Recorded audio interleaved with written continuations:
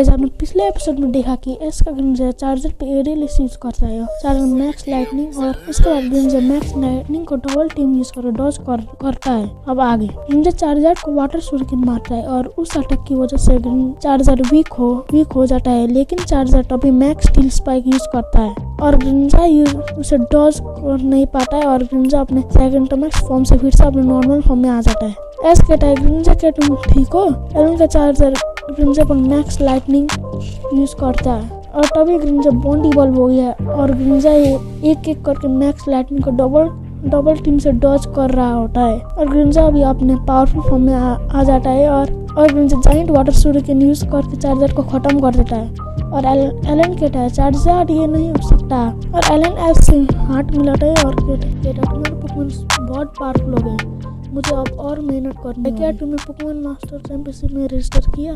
कहता है मुझे कहाँ पे रजिस्टर करना होगा? एलन कहता है प्रोफेसर ओक को पटाओ, उनसे पूछो, ठीक है? रेस कहता है ठीक है और एलन कहता है बाय और एश तभी प्रोफेसर ओक के लैब में जाता है और पूछता है ये पोकेमॉन मास्टर चैंपियनशिप कहाँ पे हो रहा है? प्रोफेसर ओक कहते हैं एलन रीजन में एक पोकेमॉन मास्टर चैंपियनशिप हो रहा है, वहाँ पे जाके तुम्हें रजिस्टर करना होगा पोकेमॉन मास्टर चैंपियनशिप में हिस्सा, इसके लिए तुम्हें 4 क्राइटेरिया को पूरा करना होगा। इस प्रोफेसर ओक से पूछता है वो 4 क्राइटेरिया क्या है? प्रोफेसर ओक बताते हैं फर्स्ट क्राइटेरिया ये है कि तुम्हारे पास 3 लेजेंडरी पोकेमॉन या मिथिकल पोकेमॉन होने चाहिए। सेकंड क्राइटेरिया ये है कि तुम्हारे पास 50 बैजेस होने चाहिए और थर्ड क्राइटेरिया ये है कि तुम्हारे पास हर एक टाइपिंग के पोकेमॉन होने चाहिए और लास्ट क्राइटेरिया बहुत ही हार्ड है, उसमें तुम्हें हर एक रीजन के चैंपियंस को डिफीट करना होगा।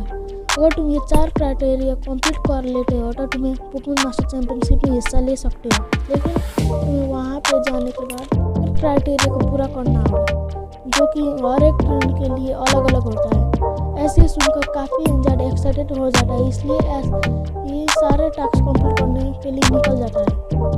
जोटो, सीनो, यूनोवा, ओलोला, कालोस और ऑरेंज आइलैंड को मिला के 52 बैजेस हो जाते हैं। तो ये क्राइटेरिया पूरा हो गया था और सेकंड क्राइटेरिया ये है कि तुम्हारे पास 18 टाइपिंग के पोकेमॉन होने चाहिए, लेकिन इसके पास फेरी और साइकिक टाइप को छोड़कर सब पोकेमॉन थे और तभी आज के याद आता है कि उसके पास मिस्टर माइम है जो कि फेरी साइकिक टाइप का पोकेमॉन है और आज उसे भी जाके अपने पोकेबॉल की मदद से पकड़ लेता है। इसका सेकंड टास्क भी पूरा हो जाता है।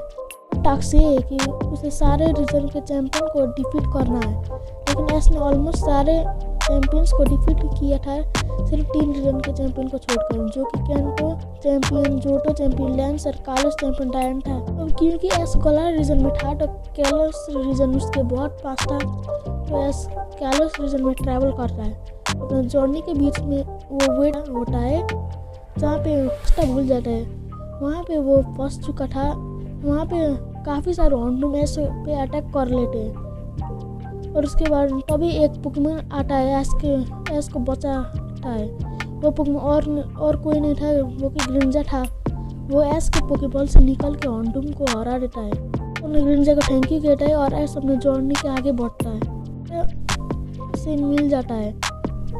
वो डायंठा को चैलेंज करता है, डायंठा एस के चैलेंज को एक्सेप्ट करती है और डायंठा का पहला पोकेमॉन ऑलस होता है और एस उसे देखकर बहुत शॉक हो जाता है और एस अपने पहला पोकेमॉन सेप्टाइल निकालता है। ये पोकेमॉन को एक दूसरे के खिलाफ डिसएडवांटेज था और स्टिल ये बैटल होती है। सेप्टाइल सबसे पहले लीफ ब्लेड यूज करता है और ऑलस रिफ्लेक्ट को यूज करके उस अटैक को सेप्टाइल के ऊपर रिफ्लेक्ट कर देती है। ब्लिजार्ड को यूज करती है जिससे सेप्टाइल को काफी ज्यादा डैमेज पड़ता है। सेप्टाइल को बुलेट सीड यूज करने बोलता है और ऑलस फिर से रिफ्लेक्ट यूज करके सेप्टाइल के अटैक को रिफ्लेक्ट कर देती है और सेप्टाइल को डैमेज पड़ता है। ऑलस लाइट स्क्रीन यूज करती है और तभी एस को पता चल जाता है कि डायंठा डिफेंसिव स्ट्रेटजी यूज कर रही है। सेप्टाइल को सोलर बीम यूज करने के लिए बोलता है। लाइट स्क्रीन के चलते ऑलस कम डैमेज पड़ता है सोलर बीम का।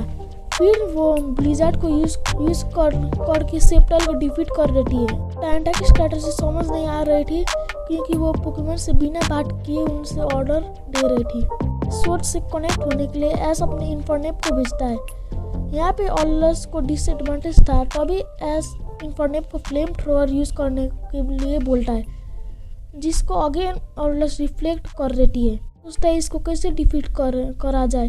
तभी उसको एक स्ट्रैटेजी याद आती है जिसमें इन्फर्नेप को डिग अटैक करने के लिए बोलता है। अब इन्फर्नेप किसी भी समय ऑलस के ऊपर अटैक कर सकता है, बट एस इन्फर्नेप को ऊपर आने के लिए बोलता है और डिग अटैक ऑलस पे लग जाता है। इन्फर्नेप क्लोज कॉम्बैट को यूज करके ऑलस को हरा देती है।